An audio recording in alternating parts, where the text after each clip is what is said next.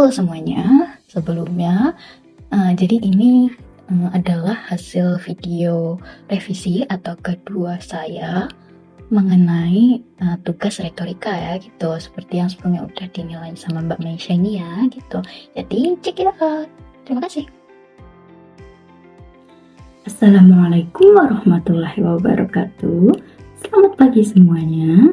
Kepada yang saya hormati, Bapak Dr. Randes Hari Wahyono, Magister Pendidikan, selaku dosen pada mata kuliah retorika kali ini, serta teman-teman sekalian yang saya cintai dan kasihi. Pertama-tama, marilah kita panjatkan puji syukur pada Allah Subhanahu wa Ta'ala atas anugerah dan kenikmatan yang telah diberikan sehingga kita bisa berkumpul pada kesempatan kali ini yang insya Allah berkah. Salawat dan salam semoga selalu tercurahkan kepada baginda Rasulullah Sallallahu Alaihi Wasallam yang telah membimbing dan mengajarkan kita ke arah jalan yang hak. Pada kesempatan kali ini, izinkan saya, Nurul Izzati Mumtaz, untuk mengulas topik mengenai pembelajaran mendalam bagi pendidikan Indonesia. Hadirin yang saya hormati, pada 31 Desember 2024 lalu, Menteri Pendidikan Dasar dan Menengah Abdul Mukti menyampaikan bahwa metode pembelajaran mendalam akan diterapkan setelah peraturan menteri diterbitkan.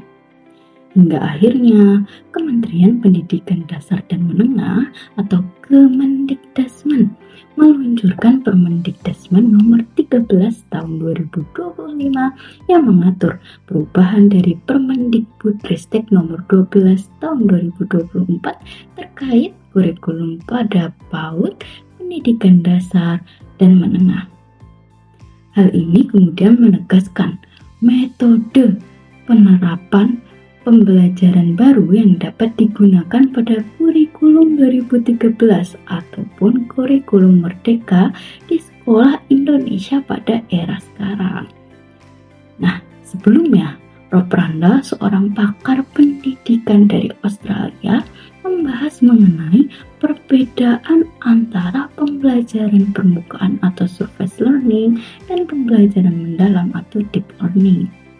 Menurut Randall, banyak sekolah modern termasuk di Indonesia masih terjebak dalam pola pembelajaran permukaan yang berfokus pada hafalan dan pemahaman dasar. Hingga kemudian pembelajaran mendalam hadir dengan tujuan untuk membawa siswa ke tingkat pemahaman yang lebih dalam, di mana para siswa mampu mentransfer dan menerapkan suatu pengetahuan dalam berbagai situasi kehidupan nyata. Hadirin yang saya cintai dan kasihi, secara definisi, pembelajaran mendalam atau lebih dikenal dengan istilah deep learning merupakan metode pembelajaran yang menekankan pada penguasaan konsep secara menyeluruh dan berkelanjutan. Pembelajaran mendalam ini tidak hanya menghafal fakta terkait materi yang diajarkan, melainkan lebih kepada bagaimana mengembangkan kemampuan berpikir kritis, kreativitas, serta kolaborasi para siswa. Selanjutnya, pembelajaran mendalam ini berfokus pada 3 elemen penting, yakni kesadaran atau mindful, kebermaknaan atau meaningful, dan menggembirakan atau joyful. Elemen pertama, yakni kesadaran, yang berarti siswa harus sepenuhnya hadir selama proses belajar, sedangkan kebermaknaan memastikan materi mudah dipahami serta dapat digunakan dalam berbagai situasi di kehidupan nyata. Kemudian yang terakhir, menggembirakan, merupakan suasana positif dan menyenangkan agar siswa dapat lebih termotivasi dalam belajar. Adapun metode pembelajaran mendalam bagi pendidikan Indonesia saat ini dapat dikatakan telah mengubah pola pikir siswa yang sebelumnya hanya menghafal materi menjadi pemahaman konseptual, hingga dapat menghubungkannya dengan pengetahuan mata pelajaran lain. Selain itu juga, siswa kini didorong agar lebih aktif menerapkan pengetahuan yang diperoleh dalam kehidupan nyata melalui pembelajaran berbasis proyek, pengalaman belajar yang menggembirakan, serta didukung oleh teknologi dan kecerdasan buatan modern.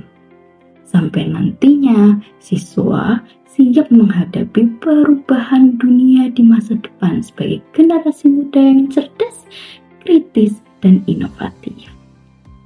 Hadirin yang saya banggakan, dalam hal ini dapat disimpulkan bahwa Indonesia telah mengalami perubahan nyata sejak pembelajaran mendalam atau deep learning diterapkan dalam kurikulum pendidikan saat ini.